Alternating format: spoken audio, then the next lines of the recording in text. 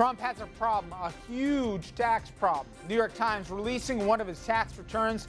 It shows he's lost nearly $1 billion in a single year and could have avoided paying federal income taxes for nearly 20. Ouch. But the question is, will this issue stick to the Donald? Then art imitating life. We're going to compare the real Trump with Alec Baldwin's parody on SNL. It looks like Saturday Night Live may be getting the last laugh. Also, the latest on the investigation into the New Jersey Transit train crash. So far, there's more questions than answers. Good evening, everybody, and welcome to RFL. I'm Richard French, and thank you so much for joining us this Monday evening. And we begin with Hillary Clinton's post-debate bounce. There's enough polls in right now that we believe this is real. She has jumped out to a 7-point lead in this Politico poll. In the very same poll before the debate, Trump was up by a single point. And a brand new swing state poll shows Clinton with a double-digit lead in Colorado and a 7-point lead in Virginia. And now Trump has yet another controversy to deal with as we approach that second and critical debate. This soundbite is coming back to haunt the Donald. It's called OPM. I do that all the time in business, called other people's money. There's nothing like doing things with other people's money. Now, we didn't know he was talking about our money. He said that before the Times released his 1995 tax returns, which raised big questions about how much he's actually been paying, or more aptly, not paying. This morning, Donald Trump facing accusations he's a tax dodger. Part of the billionaire's 1995 return leaked to the New York Times show that he took a nearly $1 billion loss following the collapse of his Atlantic City casinos, his airline, and the purchase of New York's Plaza Hotel. The huge loss raising the possibility that while following the law, he hasn't paid federal income tax for nearly 2 decades. Maybe he doesn't want the American people, all of you watching tonight, to know that he's paid nothing in federal taxes. That makes me smart. Trump's campaign isn't denying the authenticity of the tax return, saying Trump is, quote, a highly skilled businessman who has a fiduciary responsibility to his business, his family, and his employees to pay no more tax than legally required, end quote. Adding he's also paid hundreds of millions of dollars in a variety of other taxes. In 1994, Trump sounded confident to ABC News while facing a mountain of debt. I had $975 million worth of personal debt, and that's down now to about $115 million, and I'm going to pay that off very quickly, in fact, over the next very short period of time. It took years, but Trump did bounce back, something some of his allies are using one word to describe. My response is he's a genius. I mean, the reality is absolute genius. There's no one who's shown more genius in their way to maneuver around the tax code and to rightfully use the laws to do that. But Trump himself has railed against the wealthy taking advantage of tax loopholes, possibly the same way that he did. I know people that are making a tremendous amount of money and paying virtually no tax, and I think it's unfair. The Clinton campaign seizing on the apparent flip-flop. We talk about the rigged system out there. Donald Trump embodies that. Okay, now Trump claims the New York Times illegally obtained his tax returns and may pursue legal action. The Times says documents were sent to the reporters directly and they feel they have acted within the law.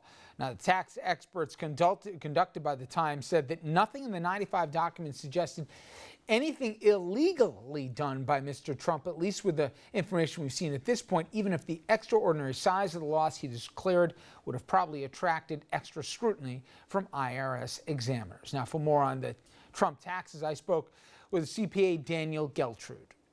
Have you ever seen, I mean, we've seen today major corps that have written off major losses, but an individual in a single year, even if there was some carryover, basically taken a $900+ million loss in a single year. I mean, you've seen some interesting returns. Have you ever seen a number that big?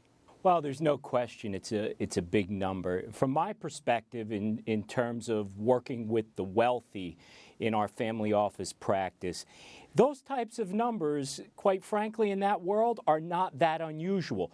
Now, granted, it's a big deal because the average person looking at that number feels it's overwhelming, but Donald Trump is playing in a much, much different league. Okay, Daniel. However, I've heard a lot of people that are playing in that area code. Nobody has heard that single number. And moreover, they're talking about the two different Trumps. One who's very proud of his acumen, but also the same guy who's threatened to sue the Times here, although he won't deny any of the numbers. You also know from the reporting that one of the CPAs who did the filing here said, yep, they got the numbers right. Do you believe that what he did and basically what it potentially could carry over, that for 18 years, the guy didn't pay a cent in income taxes, that in fact makes him smarter? When you look at the numbers and how disastrous some of those investments were, we should question the guy's business savvy. Well, you have two separate issues there. When we're talking about the tax aspect of this, we're talking about net operating loss carry forward. So the rule at that time was that you could carry your losses back 3 years and carry forward for 15. Now remember, we're looking at an incomplete tax return. We have 3 pages from just 1 year. But let's step back. If it weren't Donald Trump, you could have the local businessman, a plumber, who had, let's say, a $90,000 loss. He would be subject to the same rules. So I'd like to make it clear that what happened here from a tax perspective is no different from Donald Trump than it is for someone else. Well, Daniel, it's one just thing, that and there's you know, a lot more zeros. Oh, but it's a little bit different, and you know, Daniel, that the local plumber doesn't have LLCs or S-corps that he's putting this stuff into. Yes, he can have carryovers, but when you got a dynastic family here and you can move the money around, he's afforded Donald Trump certain things that no average taxpayer, let alone the plumber, your analogy, does. Now, I got a separate question where it says no harm, no foul here. Look what happened to the shareholders. They had, in this new corp he set up, they had their shares valued at more than $35 a share. It got down to 17 cents a share. Meanwhile, he's taken this write-off. At the same time, he stiffed the contractors, let alone the industry that went down the toilet. This isn't a no harm, no foul here, as much as he loves to play it out to be, or as he said during the debate, it makes him smart. Well, I don't know about making him smart. What we're talking about with someone like Donald Trump, he's paying a lot of money to have the best accountants and the best lawyers looking at the tax laws to make sure that he's taking advantage of every single opportunity that there is. As far as the shareholders losing money and what business dealings he had that caused that loss, again, that's a separate issue. But just do something basic. If you're doing 2 filings, you're doing the filings for Trump as a CPA, and you're also doing the filings, let's say, for a producer who worked on The Apprentice. If you step out, and again, Trump has decided not to release his returns here, and there's been no denial that these are actual returns that came to the front page of the Times this weekend. If you step it out, in the years that he did The Apprentice, so he's getting $100,000 a pop here for each episode. If you're a producer working on this show and you didn't lose your shirt on business dealings before, you're paying income tax on every dollar that you generate in terms of payroll. On the flip side, Donald Trump conceivably, if you're in this 18-year interregnum, he's not paying a cent in income tax on any of it. How does that make any type of equity? I know it's legal, Daniel, but if you're the average person sitting at home more than, oh, well, the rich guy's got this and I don't, how does it make sense that he takes home much more in terms of every cent on a dollar that he makes from The Apprentice, while the same producer working on the show, they're paying, like you and me, the taxes to Uncle Sam? Well, look, when you're talking about anyone who's a business owner, so if they have an LLC, if they have a corporation, they are afforded the same tax rules. The numbers, again, would be smaller, Richard. I'm not questioning that.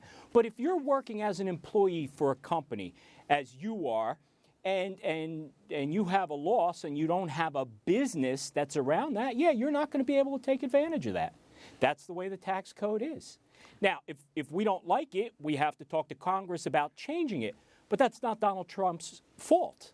It is, though, an election year, Daniel. If you could separate yourself from the accounting world to just being a voter out there, the person's going to say at the end of the day, hold on a second.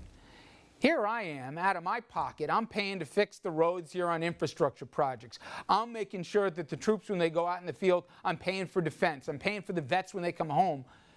Trump, for 18 years conceivably, and even before that, if you look at the 91 and 93 returns that we saw before for the casino licensing forms, this guy for decades hasn't paid a cent in taxes, and that's somehow right? I know you say it's the law, but as a person participating in a democracy, It doesn't feel right, Daniel. Listen, there's no question about if you're taking this from an emotional standpoint and the way you're laying out the facts that way, you're right. It doesn't feel good.